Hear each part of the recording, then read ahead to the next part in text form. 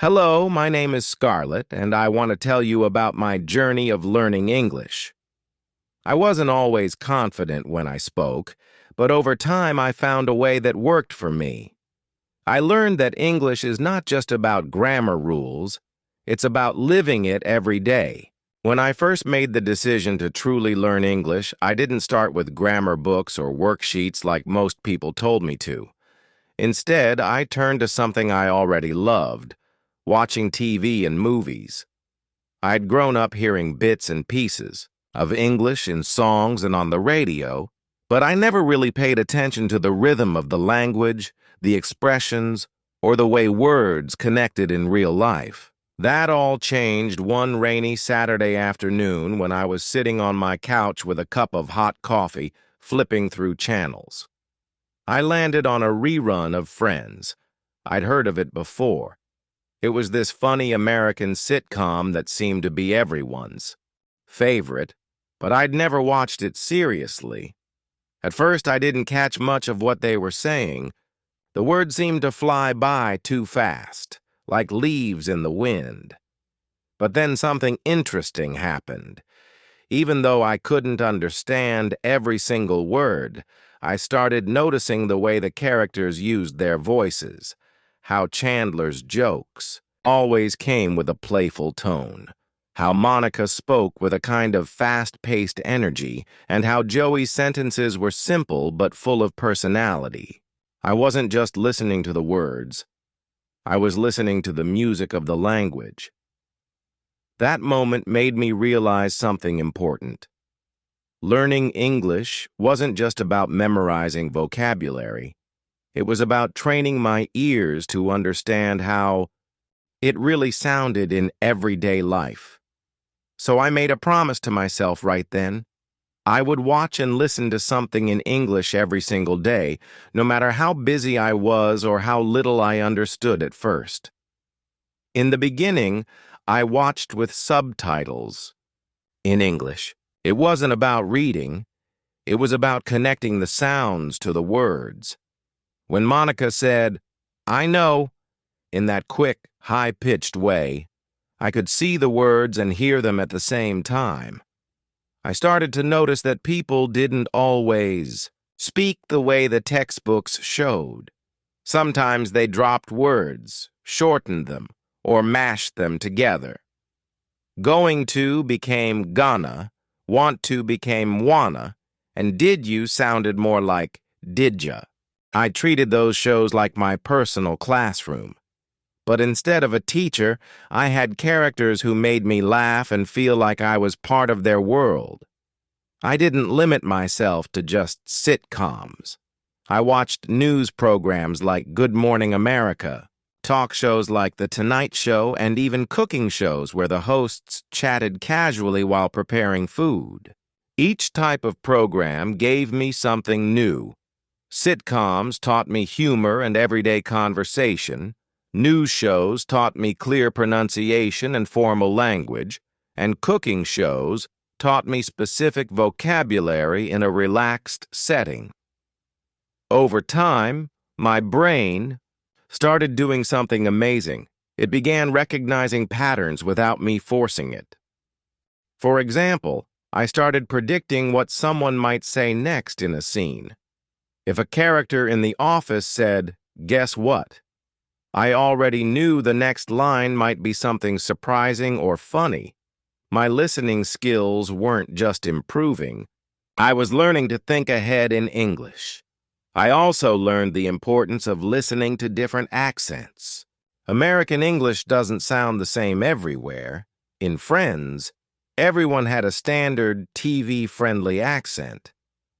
But when I watched Parks and Recreation, I noticed that some characters spoke a little differently. Some had Midwest accents, some had Southern touches, and some spoke faster than others.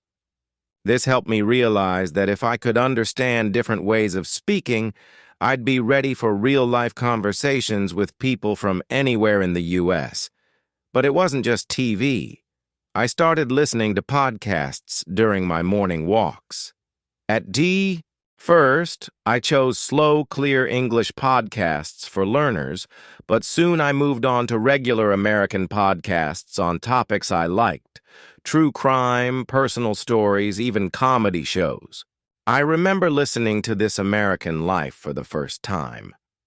The way the host spoke, calm, steady, but still expressive, helped me hear every word. I didn't understand everything at first, but little by little, my brain adjusted. The biggest breakthroughs came when I stopped worrying about translating in my head. In the early days, I would hear a sentence, pause in my mind, and try to change it into my native language. That made me slow, frustrated, and sometimes I lost track of the conversation. But after weeks of daily listening, something clicked. I started understanding directly in English. It felt like a door opening in my brain. The sentences just made sense without me having to switch languages inside my head. That was the moment I knew I was making real progress. To keep myself motivated, I turned listening into a game. Whenever I watched something, I'd pick one new word or phrase and try to use it later in my own speech. For example, after hearing, "It's not a big deal" on Friends, I used it with a friend the next day instead of saying, "It's okay." The more I did this, the more confident I felt. Another trick I used was shadowing. I would replay a short scene and try to repeat what the characters said at the same speed and tone. I didn't care if I got every word perfect. What mattered was matching the rhythm and energy of their speech. It was like singing along to a song until you knew every lyric. The most surprising thing about this daily habit was how it changed the way I felt about English. In the past, English had been something distant, something I had to study. But by listening to it every day in fun, relatable ways, it became part of my normal life. It was like inviting a new friend over every day. You don't even notice how much time you're spending together until one day you realize you're inseparable. Soon, I reached a point where I couldn't go a day without listening to English. If I missed my TV show or podcast, I felt like something was missing. That's when I knew this wasn't just a habit, it was a lifestyle. My ears were tuned to English, and I started noticing it everywhere. In background conversations at the coffee shop, on the radio at the grocery store, in announcements on the bus. It was like the language had been there all along, and I was finally awake enough to hear it. And then, something interesting started happening. I began wanting to respond, not just listen. I'd watch a scene and think, oh, I would have said it this way, or I'd hear a story on a podcast and find myself wanting to add my own opinion out loud. At first, I would just say it quietly to myself, almost like whispering. But deep inside, I knew this was the beginning of my next big step. Listening had given me the words, the phrases, and the rhythm. Now, I wanted to use them. That's exactly where my journey took me next, moving from silent listening to speaking out loud, even if no one else was around. Because the truth is, listening is the foundation, but speaking is where you build the house. And I was ready to start building. After weeks of watching and listening to English every single day, something had started to change in me. It was subtle at first. I wasn't just hearing English anymore, I was feeling it. I could sense the rhythm of conversations, the pauses people took before answering, the way emotions came through in tone and not just in words. And as I sat on my couch one night after watching yet another episode of The Office, I realized something. I didn't just want to understand English, I wanted to speak it. But here was the problem. The moment I tried to say something out loud, my brain froze. I'd open my mouth, and suddenly the smooth, natural English I heard in my head turned into choppy, broken sentences. It was like I had this beautiful song in my mind, but when I tried to sing it, the melody got lost. And it wasn't because I didn't know the words. It was because I wasn't used to hearing my own voice speak them. That night, sitting there with the TV remote still in my hand, I had a thought. What if I didn't wait for someone to talk? To me in English? What if I just started speaking right now, even if no one was here? It sounded a little silly. I mean, who talks to themselves out loud on purpose? But then again, I had been silently repeating lines from shows for weeks without even realizing it. Maybe speaking to myself could be the bridge between listening and real conversation. So I tried it. I looked around my living room, picked up the empty coffee mug in front of me and said, "I'm going to wash this cup." It was short, simple, and honestly a little awkward. My voice sounded strange, almost like I was hearing a stranger speak. But I said it again, this time with a little more confidence. "I'm going to wash this cup." I even added a bit of expression, like I was telling someone else. And then I went to the kitchen, washed the cup, and said, "Now the cup is clean." It was such a small thing, but that was the moment I realized how powerful it could be to practice speaking alone. When you talk to yourself, there's no fear of judgment. No one is there to laugh at you or correct you. You can be as slow, fast, silly, or serious as you want. It's your private space to experiment with the language. The next morning, I decided to make this a daily habit. As I got ready for the day, I narrated what I was doing in English. I'd say, "I'm brushing my teeth," or "I'm making breakfast," or "I need to find my shoes." It felt almost like being the narrator of my own life, and because I was using simple everyday sentences, they became easier and easier to say.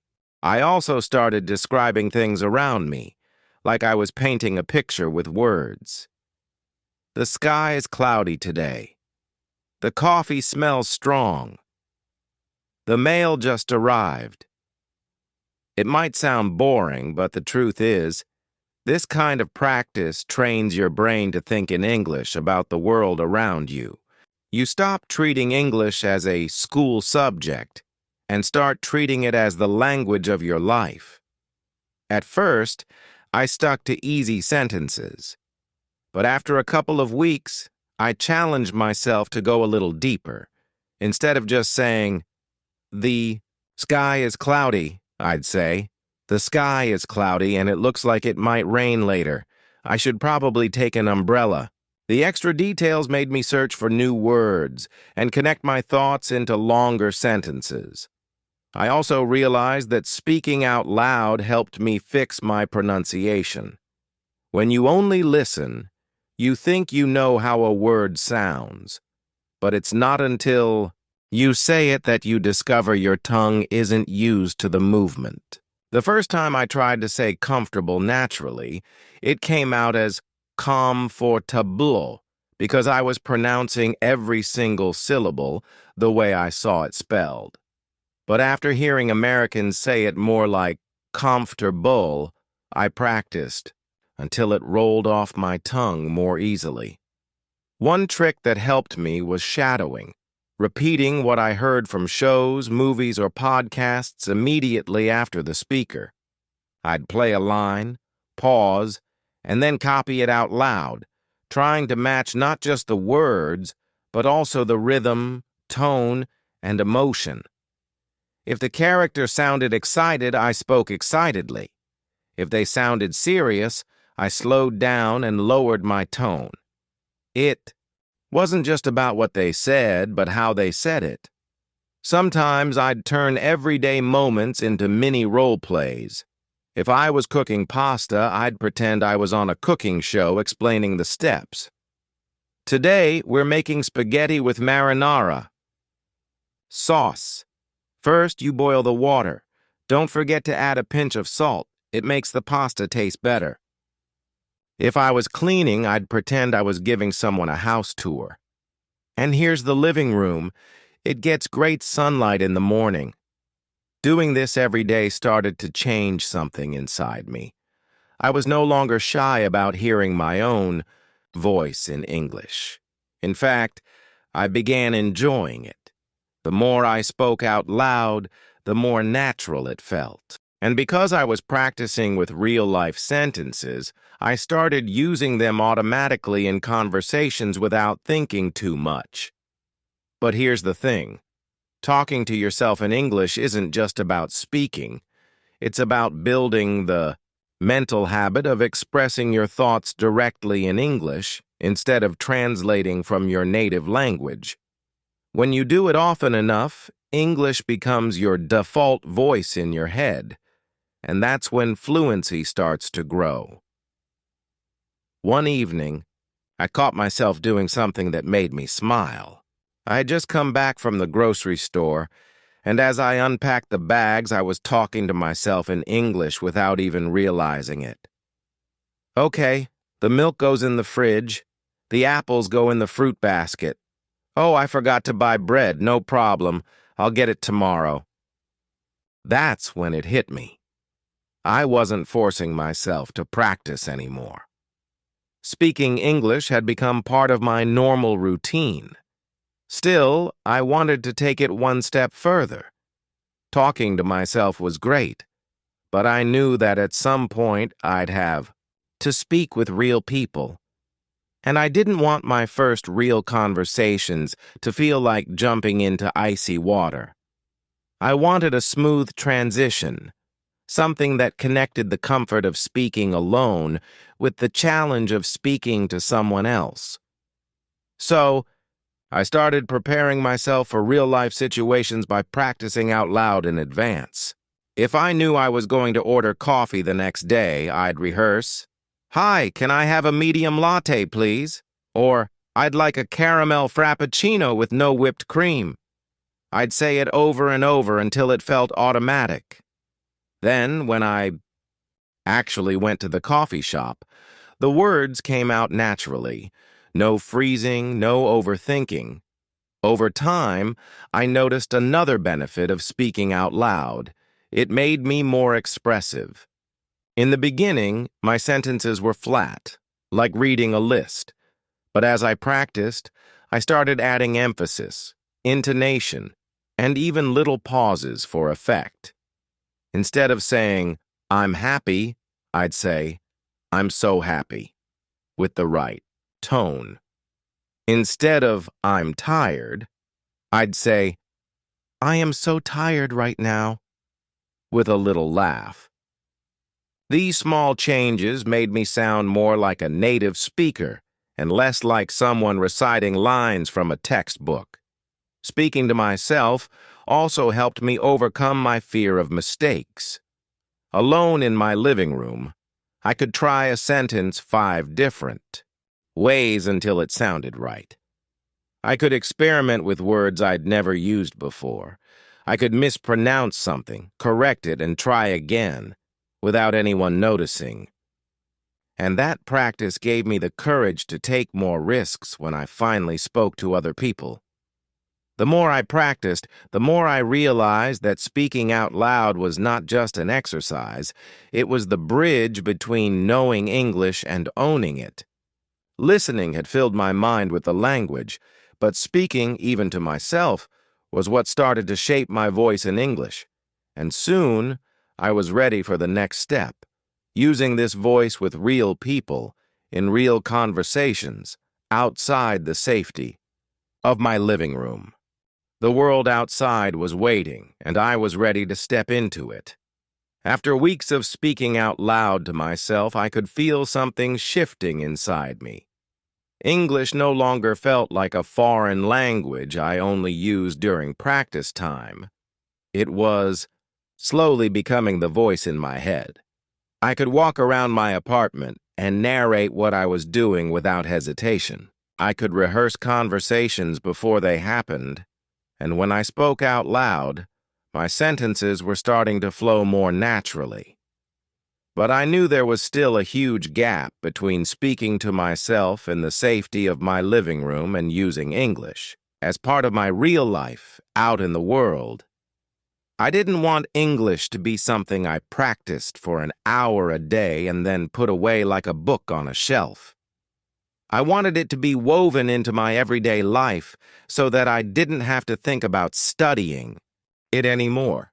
I wanted it to be as natural as breathing. That's when I decided to take a bold step. I would make English the language I lived in, not just the language I learned. The first thing I did was simple but powerful. I changed my phone and laptop settings to English. At first, it was a little uncomfortable. I'd open my phone and see words like settings, display, software update, or privacy staring back at me. These were terms I had never paid attention to before. But instead of switching back to my native language, I treated it like a game. If I didn't know a word, I'd tap around until I understood what it did. Soon, airplane mode, Bluetooth, and storage became just as familiar to me as Wi-Fi had always been. Next, I changed my shopping habits. When I went to the grocery store, I challenged myself to read every label in English. I stopped looking for translations. If I saw low-fat, whole grain, or no added sugar, I made myself understand them in context. Sometimes, I would even read the cooking instructions out loud in the aisle, quietly, of course, just to practice saying them. It wasn't about memorizing vocabulary. It was about making English the normal language my brain saw and processed. I also started thinking in English during my daily routines. For example, in the morning when I brewed coffee, instead of thinking, I need to boil water, in my native language, I would think it in English. I'd mentally walk through every step. Fill the kettle with water. Turn it on. Wait until it whistles. Pour it over the coffee grounds. This constant narration turned even the most ordinary moments into mini English lessons. But I didn't stop there. I wanted English to be part of my fun, not just my chores. So I started doing my hobbies in English. I loved cooking, so instead of following recipes in my native language, I began searching for American recipes online. I learned phrases like preheat the oven, season to taste, and whisk until smooth. Cooking in English made it exciting. Every meal was not just food, but also language practice. I also replaced some of my old entertainment with English alternatives. Instead of listening to music in my native language, I built playlists full of English songs. I didn't just enjoy the melody. I looked up the lyrics, sang along, and paid attention to how the singer pronounced words. The first time I sang along to Someone Like You by Adele without stumbling over the words, I felt a rush of pride. Reading became another part of my English lifestyle. I didn't start with big, complicated novels. I picked short, easy books, children's, stories, short articles, even product reviews online. The goal wasn't to read for hours, but to read something in English every single day. Even scrolling through social media became a learning opportunity. I followed English-speaking accounts that posted about things I loved: travel, food, personal development. So my feed became a daily source of new words and expressions. One of the most important changes I made was surrounding myself with English voices. I started playing podcasts or YouTube videos while I cooked dinner or cleaned the house. I wasn't sitting down with a notebook. I was just letting English flow in the background of my life. Sometimes I would catch a phrase I liked and repeat it out loud. Other times I just listened passively, letting my brain absorb the rhythm and patterns without pressure. Making English part of my everyday life also meant using it outside my home. At first, I started small. When I went to a coffee shop, I ordered in English, even if I could have used my native language. The first few times, I rehearsed my order on the way there. "Hi, can I get a medium cappuccino, please?" When the barista smiled and said, "Sure thing," I felt like I had just passed a test. That little interaction gave me a huge confidence boost. I also made an effort to speak English in other small situations, asking for directions, making small talk in an elevator, chatting with the cashier at the grocery store. They were quick conversations, but they taught me something important. English didn't have to be perfect to work. People understood me even when I made mistakes, and that was all that mattered. The real turning point came when I started joining community events in my area. I signed up for a local book club that discussed novels in English. At first, I barely spoke. I just listened, nodding along and taking mental notes. But after a few weeks, I found myself jumping in to share my opinion. Nervous, yes, but also excited. The group was welcoming, and they didn't care if my sentences weren't perfect. They cared about what I had to say. I also joined an online English-speaking group where people from all over the world practiced together. We played games, discussed movies, and even had debate nights where we argued, politely, about fun topics like which is better, pizza or burgers. The more I participated, the more natural English felt on my tongue. Little by little, my days became full of English without me having to schedule practice time. When I woke up, my phone notifications were in English. While eating breakfast, I listened to a podcast. On the way to the store, I thought about my shopping list in English. At night, I relaxed by watching an American sitcom or reading a few pages of a book. English wasn't an extra task anymore. It was simply my life. This change also had a huge impact on my confidence. Before, I used to get nervous if someone suddenly spoke to me in English. My mind would race, my words would jumble, and I'd feel embarrassed. But once English became my daily environment, I didn't have to switch into it anymore. It was already running in the background, ready to use. I'll never forget the day I realized just how much progress I had made. I was waiting in line at a store when the woman in front of me dropped a dollar bill. Without thinking, I picked it up and said, "Excuse me, you dropped this." She smiled, thanked me, and we ended up chatting for a minute about the weather. It wasn't a deep conversation, but it was smooth, natural, and effortless.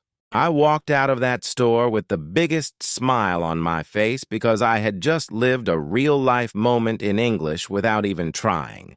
Of course, there were still times when I didn't know a word or when I got stuck in the middle of a sentence. But by making English part of my everyday life, I had trained myself to keep going instead of freezing.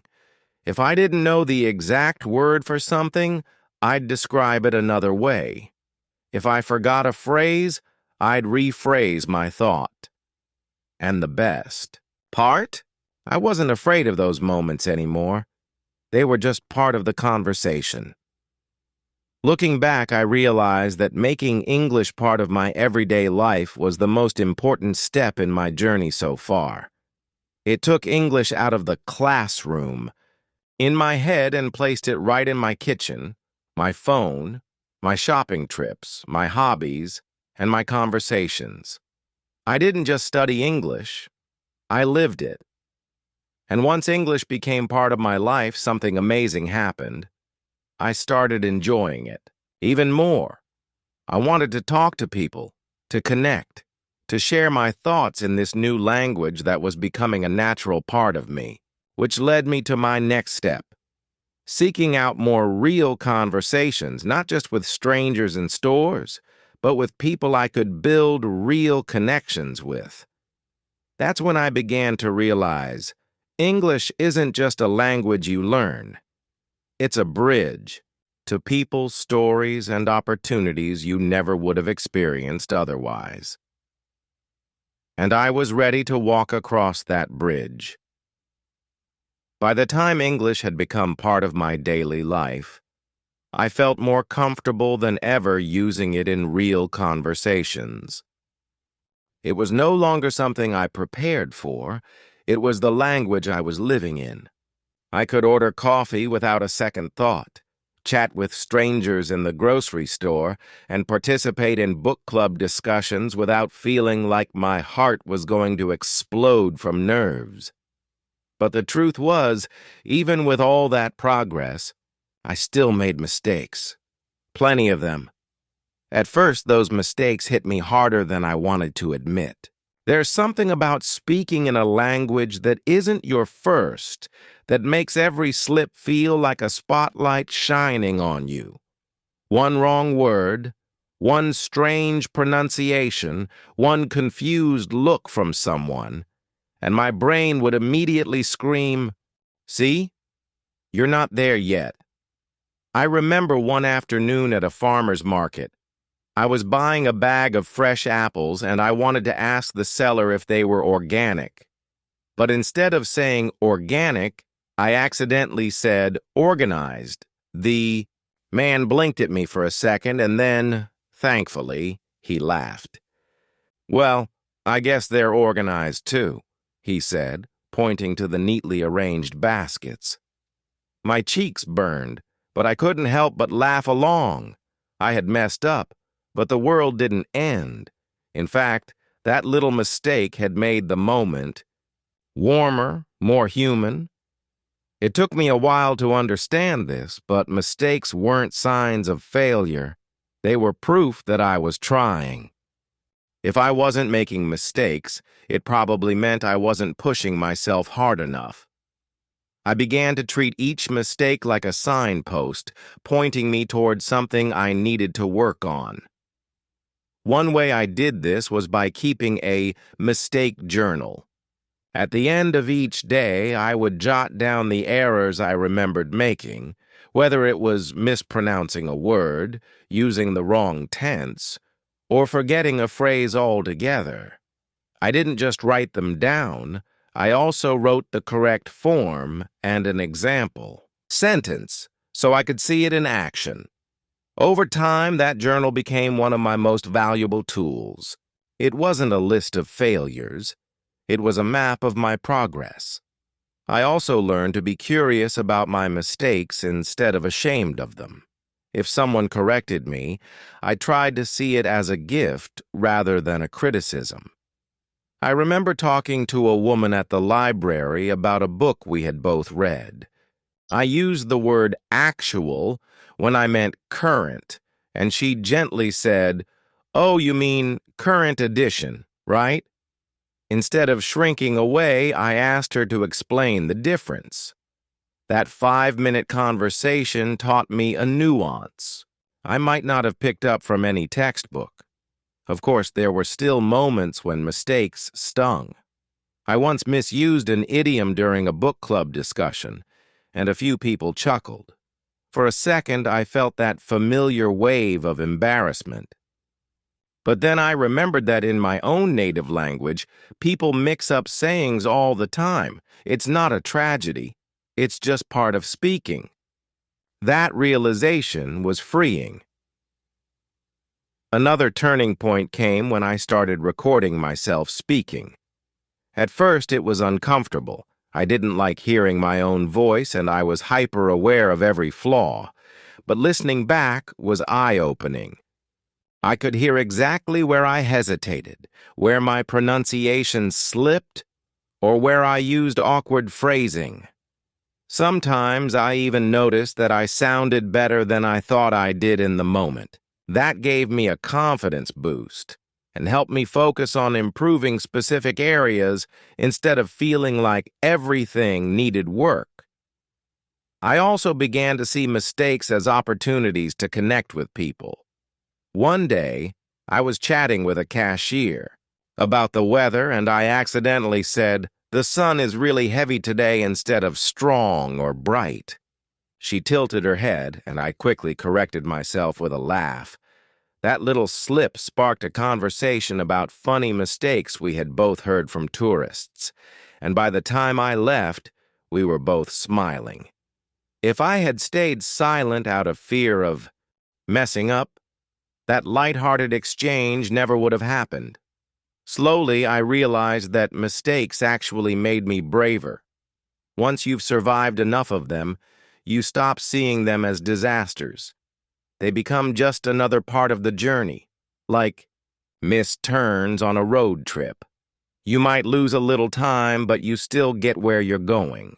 And sometimes, those wrong turns lead you to places you wouldn't have found otherwise. One of my proudest moments came during an online English-speaking group. We were discussing movies, and I completely forgot the word subtitle. I could have just stayed quiet, but instead, I described it. The words at the bottom of the screen when someone is talking. Everyone understood immediately, and someone supplied the word for me. The best part? They told me my description was so clear that they didn't even notice I had forgotten the word at first. That experience taught me one of the most important lessons in language learning. Communication isn't about perfection. It's about making yourself understood. With every mistake I made, my resilience grew. I became more willing to try new expressions, to experiment with idioms, to play with sentence structure. Sometimes it worked, sometimes it didn't. But either way, I was learning. I started to see mistakes not as wrong answers, but as stepping stones. Each one was something I could step on to get closer to fluency. By embracing my mistakes, I also became more patient with myself. I stopped expecting overnight results. I knew that fluency wasn't going to be a single moment. Where the sky opened up and angels sang, it was going to be 1,000 little victories built one imperfect sentence at a time. And I was okay with that. The biggest change, though, was in my mindset. Before, I thought fluency meant speaking without mistakes. Now I understood that real fluency meant speaking with confidence, even with mistakes. It meant not letting a wrong word derail the entire conversation. It meant being comfortable enough in the language to laugh at yourself, correct yourself, and keep going. This new perspective didn't just make me a better English speaker, it made me a better communicator overall. I became more empathetic when talking to non-native speakers of my own native language.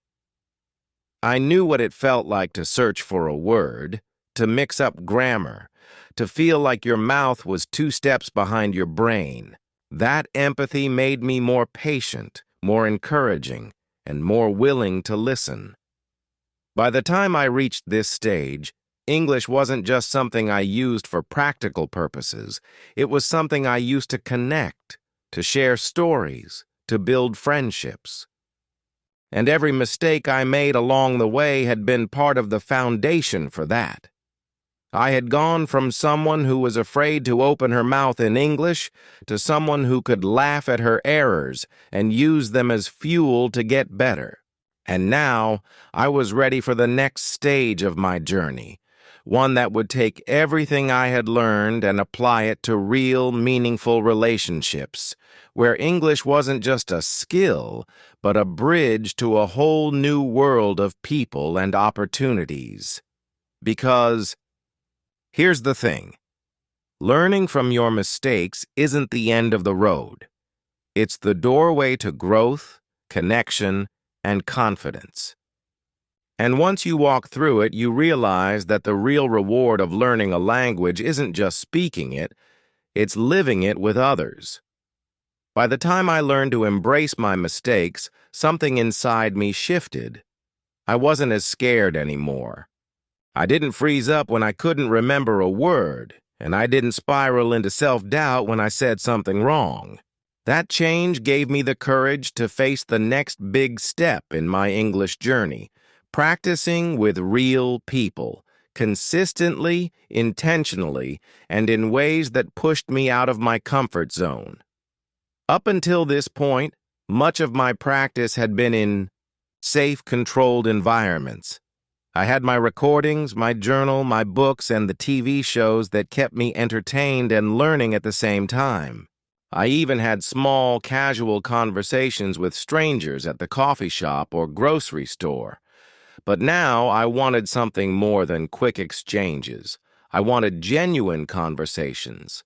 Conversations where people actually shared parts of themselves and expected me to do the same.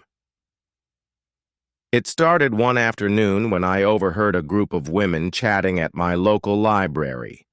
They were planning an English conversation club that met every Tuesday evening. I hesitated for a moment before walking over and introducing myself. My voice was steady, but my heart was pounding. "Hi," I said. "I'm Scarlett. I'm learning English, and I'd love to join." The woman in charge gave me a warm smile and said, "We'd love to have you." That single sentence felt like a door swinging open. The first meeting was intimidating. I sat in a circle with people from different backgrounds, all of us speaking English at different levels. The topic that day was favorite childhood memories. I listened as people shared funny, sweet, or even sad stories. When it was my turn, I took a deep breath and told them about summers in my hometown, running through sprinklers, eating popsicles on the porch, and staying out until the streetlights came on.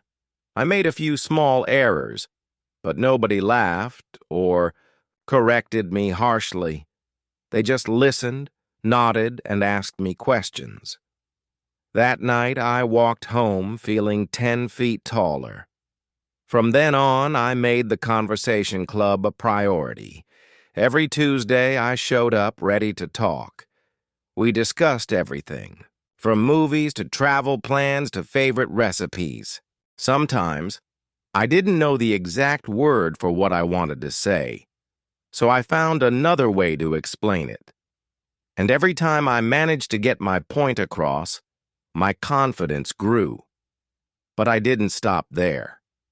I realized that if I wanted to truly make English second nature, I had to immerse myself in it outside the club too. So I started looking for opportunities in my everyday life. At the coffee shop, instead of just ordering my drink and leaving, I would comment on the weather or ask the barista how her day was going. At the grocery store, I'd chat with the cashier about whatever seasonal display they had set up. Once, during a farmer's market visit, I struck up a conversation with a vendor about the best way to cook spaghetti squash. Of course, not every conversation flowed perfectly. Some fizzled out quickly, and sometimes I misunderstood people. I remember one time at a hardware store, I asked an employee where I could find paintbrushes, but I said it too quickly and he thought I was asking about pantries.